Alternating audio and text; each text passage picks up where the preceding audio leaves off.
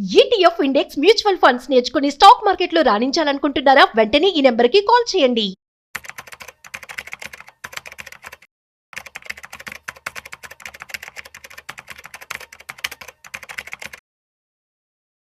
నమస్తే సార్. నమస్తే ma'am. Sir, Trump tariffs గురించి మాట్లాడుకుంటే మనం రీసెంట్గా ఒక వీడియోలో మాట్లాడుకున్నాం. భారత్ పైన 500% టారిఫ్ వేస్తున్నాడని. ఇప్పుడు యూరప్ పైన ఎందుకు మళ్ళీ ఈ టారిఫ్ వైపు వస్తున్నాడు ట్రంప్ అంటే?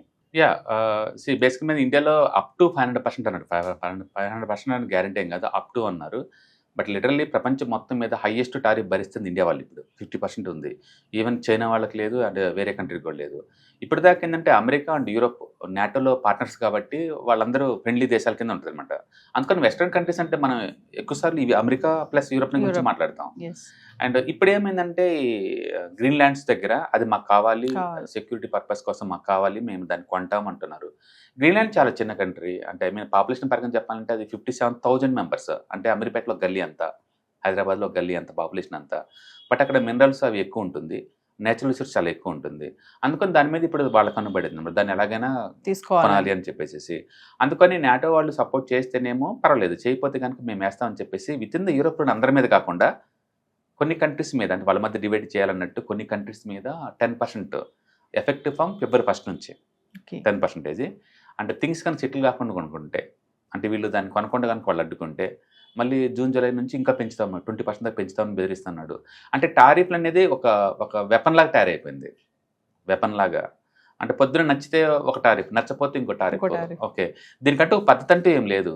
ఒక డెమోక్రసీ కంట్రీ లాగా అది ఏం లేదు. ఒక డిక్టేటర్ కనుక డిక్టేట్ చేసినట్టు చేస్తున్నాడు. దానివల్ల ఏంటంటే ఇప్పుడు దాకా ఏషియన్ కంట్రీస్ సఫరింగ్ అని అనుకుంటున్నాం, లేదు. ఇప్పుడు వాళ్ళు తనుకుంటుంటే ఏషియన్ కంట్రీలు హ్యాపీ ఫీల్ అవుతుంది అనమాట. ఇప్పుడు జరుగుతుంది అది. సో ఇప్పుడు ఫ్రెంచ్ కావచ్చు, లేదా జర్మనీ కావచ్చు, డెన్మార్క్ కావచ్చు, లేదా లండన్ కావచ్చు, వీళ్ళందరూ ఒకటైపోయి మేము ఎలాగైనా కాపాడుకుంటాం అని చెప్పేసి అని. బట్ అమెరికా ముందు నిలబడే శక్తి పట్టుకుందంటే సీన్ లేదు. అమెరికా చాలా పెద్ద మ్యాన్ పవర్, అసలు యూరోప్ అంత లేదు. బట్ థింగ్స్ ఎలా సేఫ్ అవుట్ అవుతాయో మనం చూడాలి నెక్స్ట్ కపుల్ ఆఫ్ మంత్స్ వరకు కూడా, దాన్ని నిజంగా వాళ్ళు అమ్ముతారా లేదనేది. అండ్ డెన్మార్క్ వాళ్ళు అయితే మేము అమ్ము అంటున్నారు. ఈవెన్ గ్రీన్లాండ్లో వాళ్ళు కూడా ఆ జనాభాలో అంటే 57,000 మెంబర్స్ ఉన్నారు కదా, వాళ్ళ పేషెంట్ వాళ్ళ పబ్లిక్ కూడా అమెరికాలో కలగడం వాళ్ళు సిద్ధంగా లేరు. కాబట్టి వీళ్ళు ఫస్ట్ ఏంటంటే మనిషికి ₹1 ఇచ్చేసి కొంటానికి ప్లాన్ చేస్తున్నారు. అప్పటికి అది వర్కౌట్ కాకపోతే మేము బలవంతంగా ఆక్యుపై చేస్తూ ఉంటున్నారు. ఎలా థింగ్స్ అవుతాయో వర్కౌట్ అవ్వాలి. అంటే ఇప్పుడు ఇదేమవుతుందంటే యూరోప్ 2 కసీలిపోయే ఛాన్స్ ఉందన్నమాట. యూరోప్లో డెన్మార్క్ సపోర్ట్ చేసే కంట్రీస్ కొన్ని ఒకవైపు, మిగతా కంట్రీస్ కూడా, అంటే యూరోప్ 2 ముక్కలు కాబోతుంది ఇది కనుక ముందు రోజులు కంట్రీ అయితే. నెక్స్ట్ ఏమవుతుందంటే వాళ్ళు అమెరికా సంబంధించిన టెక్నాలజీ కంపెనీస్ మొత్తం ఆపే ఛాన్స్ ఉంది. ఎందుకంటే అమెరికా ఉన్న మెయిన్ స్ట్రెంత్ ఏంటంటే ఈ ఫాంగ్ స్టాక్స్ అనమాట. ఫాంగ్ అంటే ఫేస్బుక్, యాపిల్, మైక్రోసాఫ్ట్, నెట్ఫ్లిక్స్ ఇవే ఉన్నాయి. వీటి మీద వాళ్ళు బ్యాన్ చేసే ఛాన్స్ ఎక్కువ ఉందన్నమాట. కాబట్టి నిజమైన అన్సర్టనిటీ ఇప్పుడు బీన్ అవుతుంది. ఇంకా రీసెంట్ గా ట్రంప్ సార్ ఈ వెనుజులా అధ్యక్షుని ఎత్తుకు రావడము, ఇప్పుడు మాకు గ్రీన్లాండ్స్ కావాలి అని అంటున్నాడు. మీరు అన్నట్టుగానే అది చిన్నదే ప్లేస్, ఎందుకు దాని మీద ఫోకస్ పడింది అంటే నేచురల్ రిసోర్స్ చాలా ఎక్కువ అండి గ్రీన్లాండ్స్ లో. అండ్ గ్రీన్లాండ్స్ అమ్మకం రావటం ఇప్పుడు కొత్త ఏం కాదు. 100 years బ్యాకే బ్రిటన్ వాళ్ళు కొంటాను ట్రై చేశారు, తర్వాత కెనడా వాళ్ళు కొంటాను ట్రై చేశారు, అమెరికా వాళ్ళు కొంటాను ట్రై చేశారు. ఈవెన్ 91లో కూడా ట్రంప్ టైంలో కూడా దాన్ని కొంటాను ట్రై చేశారు. అండ్ అమెరికాలో ఇలా కంట్రీస్ కొంటాం కొత్త ఏం కాదు. హిస్టరీ చూసుకున్నాం అనుకోండి, లాస్ట్ టైం అంటే ఐ థింక్ 1917లో కూడా వాళ్ళు కొన్నారు. అయితే డెన్మార్క్ దగ్గర నుంచి కొన్నారు వర్జిన్ ఐలాండ్స్ని. వాళ్ళు కొన్న చరిత్ర ఉంది. కాబట్టి లాస్ట్ ఈ 100 ఏళ్ళలో ఎప్పుడు కొనలేదు ఏ దేశాన్ని కూడా. అందుకని వేరే దేశాలు కొనే చరిత్ర అమెరికాకు ఉంది. కాబట్టి వాళ్ళు అలవాటు ప్రకారం ఇంకో దేశం కొంటే ట్రై చేస్తున్నట్టున్నారు. బట్ అది అవసరం అంటే ఖచ్చితంగా సెక్యూరిటీ పర్పస్కి అయితే ఖచ్చితంగా కాదండి. వాళ్ళు ప్రతి ఒక్క దానికి దేశ రక్షణ, దేశ సెక్యూరిటీ ఇలా పేర్లు పెట్టేసి సతాయిస్తున్నాడు. కానీ వాళ్ళు వేసే ట్యాక్స్కి దీని సంబంధం, దేశ రక్షణ సంబంధం ఏముందండి? రెండోది సుప్రీంకోర్టు వాళ్ళ తీర్పు ఉంది, వాళ్ళ కోర్టులు కూడా లేదు, వాళ్ళ వైపు మాట్లాడుతున్నట్టు ఉంది. అన్ని పోస్ట్పోన్ చేసుకుంటూ పోతుంది. ఇన్ టైంలో డెసిషన్ తీసుకోవట్లేదు అవి కూడా. మొత్తానికైతే వరల్డ్ వైడ్గా ఫుల్ అన్సర్టనిటీ. అంటే ఇండియాకి లాంటి కంట్రీస్కి ఏమైనా ఎఫెక్ట్ అవుతాయి అంటే ఆల్రెడీ మనం ఎఫెక్ట్ అవుతున్నాయి 50% టారిఫ్ తోటి. కొత్తగా ఏమి ఎఫెక్ట్ అవ్వదు. ఏషియన్ మార్కెట్స్ ఎలాంటి ఎఫెక్ట్ అవ్వవు. బట్ యూరప్ వర్సెస్ అమెరికా ఖచ్చితంగా ఎంతకంత అన్సర్టనిటీ గ్రో అవుతాయి. అంటే యూరోపియన్ కంట్రీస్ మొత్తం కనుక చూసామనుకోండి, ఆల్మోస్ట్ 70 కోట్ల జనాభా యూరప్ మొత్తం. యూరప్ అయితే యూరప్ మొత్తం యూరోపియన్ యూనియన్లో లేదు. యూరోపియన్ యూనియన్లో ఉంది జస్ట్ 27 కంట్రీసే కదా. 27 కంట్రీస్ మొత్తం పాపులేషన్ కలిపి 40 కోట్లు ఉంటుంది. ఇప్పుడు ఆ 40 కోట్లు వర్సెస్ అమెరికా యొక్క 37 కోట్లే ఉంటుంది అనమాట. వాళ్ళకనమాట ఇది జరుగుతుంది. ఇవి తిన్న అమెరికాలో కూడా చాలా మందికి ఇది ఇష్టం లేదు, వేరే దేశాలు ఆక్యుపై చేసి అంతేం లేదు అని. బట్ ట్రంప్ ఒకసారి పర్సనల్గా తీసుకుంటే అది ఎందరో తీసుకెళ్తాడు. అంటే యూరోప్ పైన వేసినటువంటి ఈ టారిఫ్ మన ఇండియా పై ఏమైనా ఇంపాక్ట్ చూపిస్తుంది యాక్చువల్ చెప్పాలంటే ఈ టారిఫ్ వేయటం ఇండియాకి మంచిదా అంటే అమెరికా నుంచి మరొక మంచిదా అన్నట్టు కొంత మంచిదేనండి. మనం ఇప్పుడు అమెరికన్ దాటి ప్రపంచం చూడగలుగుతున్నాం. ఇంతకుముందు ఏంటంటే ఇంకా అమెరికా ఇంకేమొద్దులే అన్నట్టు ఉండేది.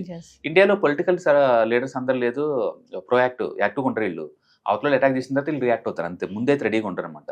ఇప్పుడు అమెరికా వాళ్ళు ఎప్పుడైతే వాళ్ళ మార్కెట్ టైట్ చేశారో ఇప్పుడు మనం వేరే కంట్రీలు తీసుకుంటున్నాం.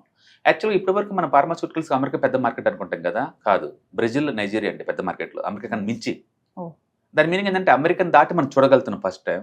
అంటే అన్ని కంట్రీలతో మనం ఫ్రీ ట్రేడ్ అగ్రిమెంట్ చేసుకుంటున్నాం. యూరోప్తో కూడా ఇంకో 1 monthలో రెడీ అవుతుంది. యూరోప్తో చేస్తున్నాం. అండ్ ఇటు రష్యా వాళ్ళతో ఫ్రీ ట్రేడ్ అగ్రిమెంట్లు, and united Arab Emirates, Gulf కంట్రీస్తో కొన్నితో, న్యూజిలాండ్తో ఆల్రెడీ చేసాము, ఆస్ట్రేలియాతో చేసాము. అంటే అమెరికన్ దాటి మనం అవతలు చూడగలుగుతున్నాం. ఇండియాకి ఎక్కువ ఛాన్సులు ఎక్కువ ఉందన్నమాట. అందుకని విత్ ఇన్ ద ఈ టారిఫ్లోని గుడ్ థింగ్ ఏంటంటే అమెరికన్ దాటి థింక్ చేయగలుగుతుంది. అంటే బ్యాడ్ థింగ్ ఏంటంటే అమెరికా చాలా పెద్ద మార్కెట్, చాలా పెద్ద ఎకానమీ కాబట్టి 1 trillion per annum స్పెండ్ చేస్తారు వాళ్ళు. జనాభా ఎక్కువ అక్కడ. అందుకని న్యాచురల్గా ఆ మార్కెట్ అందరికి కావాలి. బట్ అదే టైంలో వాళ్ళకి లొంగి మనం వాళ్ళు సెల్యూట్ కొట్టుకుని చేయాల్సిన పని లేదు. అమెరికాలో ఉన్న దరిద్రం ఏంటంటే వాళ్ళు ఎప్పుడు స్లేవ్లా చూస్తారు, పార్ట్నర్లకు ఎప్పుడు చూడరు.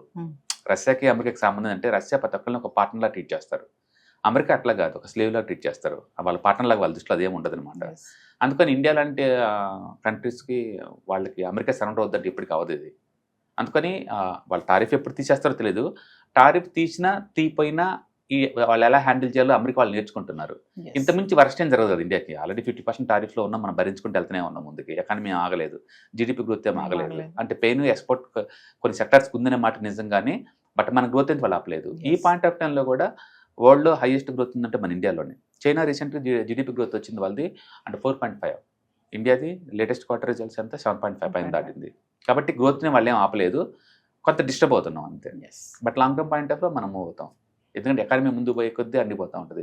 ఇప్పటికే మొబైల్ మ్యానుఫ్యాక్చరింగ్లో వరల్డ్లో 2nd ఉన్నాం, మెటల్స్లో 3rd ఉన్నాం, మిల్క్ ప్రొడ్యూషన్లో 3rd ఉన్నాం, పర్చేసింగ్ పవర్ ప్యారిటీ మెథడ్ ప్రకారం వరల్డ్లో మనం 3rd ప్లేస్లో ఉన్నాం. అట్లా అన్నింటిలో మనం ముందు పోతాను సైలెంట్గా. కాబట్టి ఒక 5 to 10 years తర్వాత చూసుకుంటే ఇండియన్ పొజిషన్ వేరే లెవెల్లో ఉంటుంది.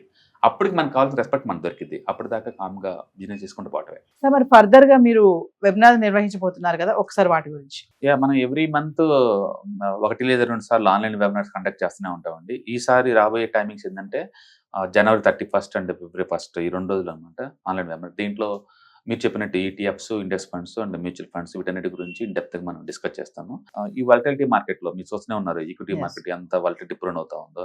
ఇలాంటి టైంలో మనం సేఫ్ అండ్ సెక్యూర్ ప్లేస్లో మనం మనీ మేక్ చేసుకోవాలంటే ఇలాంటి వాటిలో ఏంటంటే రిస్క్ ఉండదు అనమాట. అండ్ మిగతా వాటితో పోల్చుకుని సేఫ్టీ. మనం స్టాక్ మార్కెట్లో ఎంటర్ అవుతున్నప్పుడు ఏంటంటే మీకు 2 రకాల రిస్క్ని ఫేస్ చేయాలి. ఒకటి అంటే స్టాక్ స్పెసిఫిక్ రిస్క్. మీరు కనుక స్టాక్స్ తీసుకుంటే అవి డ్రాప్ అయింది అనుకోండి, ఆ రిస్క్ అంతా మీరు భరించాలి. ఎగ్జాంపుల్ ఈ రోజు మనం చూసుకుంటే విప్రో మార్నింగ్ 10% డౌన్ అయింది, single stock. And Wipro fundamentally very sound company. But దాని అర్థం ఆ సౌండ్ అంతా డ్రాప్ అని కాదు కదా, రిజల్ట్ వచ్చినప్పుడు డిసప్పాయింట్ చేసినాయి అనుకోండి ఈజీగా డ్రాప్ అవుతాయి. అలాగే రిలయన్స్ ఈ రోజు ఆల్మోస్ట్ 4% డౌన్ అయింది. అందుకని ప్రతి రిజల్ట్ వచ్చినప్పుడల్లా ఏదో ఒక న్యూస్ ఉన్నప్పుడల్లా స్టాక్స్ ఈజీగా వాలటిలిటీ గ్రో అవుతూ ఉంటాయి. ఇట్లా 5-10% నిఫ్టీలో ఉన్న స్టాక్స్ ఎక్కువ లాస్ అవుతుంటే సేఫ్టీ ఉండదు మీకు. అందుకని స్టాక్ స్పెసిఫిక్ రిస్క్ మీకు వద్దా, ఓన్లీ మార్కెట్ రిస్క్ ఒకటే భరించాలనుకున్నప్పుడు ETFs, index funds, mutual funds బాగుంటాయి. అందుకని మనం స్టాక్ మార్కెట్ ఎంటర్ అవుతున్నాం అంటే మీరు గుర్తుంచుకోవాల్సింది సిస్టమాటిక్, అన్సిస్టమాటిక్ అంటాం. ప్లెయిన్గా చెప్పాలంటే stock specific risk and market risk 2 భరించాల్సి ఉంటుంది. స్టాక్ స్పెసిఫిక్ రిస్క్ మనం భరించలేము, చాలా ఎక్కువ పెయిన్ ఉంటుంది. కాబట్టి బెటర్ ఏంటంటే బ్రాడ్గా మార్కెట్ రిస్క్ ఒకటే టాలరేట్ అయితే బెటర్ అనమాట. అందుకని మనకి ETFs, index funds, mutual fund ఉండడం వల్ల ఏంటంటే ఈ స్టాక్ స్పెసిఫిక్ రిస్క్ మనం అవాయిడ్ చేయొచ్చు. ఓన్లీ బ్రాడ్ మార్కెట్ రిస్క్ మాత్రమే మనకు ఉంటుంది. అందుకని మనం ఈ వాలటిలిటీ మార్కెట్లో సేఫ్ అండ్ సెక్యూర్గా అచ్చం ఈక్విటీలో కూర్చున్న వాళ్ళకి ఇది బెస్ట్ అనమాట. అందుకని అవంటే ఏంటి, వాటిని ఎలా హ్యాండిల్ చేయాలనేది ఈ ప్రోగ్రామ్లో మీకు టీచ్ చేస్తారు. కాబట్టి ఇంట్రెస్ట్ ఉన్న పార్టిసిపెంట్స్ కింద స్క్రోల్ అవుతున్న నెంబర్పై కాల్ చేస్తే మన వాళ్ళు ఇన్ఫర్మేషన్ ఇస్తారు. So timings January 31st and February 1st అనమాట. మొత్తం టోటల్ 6 hours ట్రైనింగ్ ఉంటుంది. సో వ్యూవర్స్, మరి విన్నారు కదా, స్టాక్ మార్కెట్ ఎనలిస్ట్ సుందరరామరెడ్డి గారిది వెబినార్ క్లాసెస్ నిర్వహించబోతున్నారు January 31st and February 1st. Dates note చేసుకోండి. Index funds, mutual funds, retirement planning, పిల్లలుంటే పిల్లల ఫ్యూచర్ ప్లానింగ్ కానీ, ఎక్కడ ఇన్వెస్ట్మెంట్ చేయాలి, ఎలా ఇన్వెస్ట్మెంట్ చేయాలి, ఎంత ఇన్వెస్ట్మెంట్ చేయాలి, ఇలాంటి వాటిపైన మీకు అవగాహన కావాలనుకుంటే కింద కనిపిస్తున్న నెంబర్కి కాల్ చేస్తే మీకు వివరాలన్నీ కూడా అందుబాటులో ఉంటాయి. మరి టైమింగ్స్ కూడా మీకు తెలియజేస్తారు. కింద కనిపిస్తున్న నెంబర్కి కాల్ చేయండి, మా టీం మీకు అందుబాటులో ఉంటుంది. మర్చిపోవద్దు, January 31st and February 1st.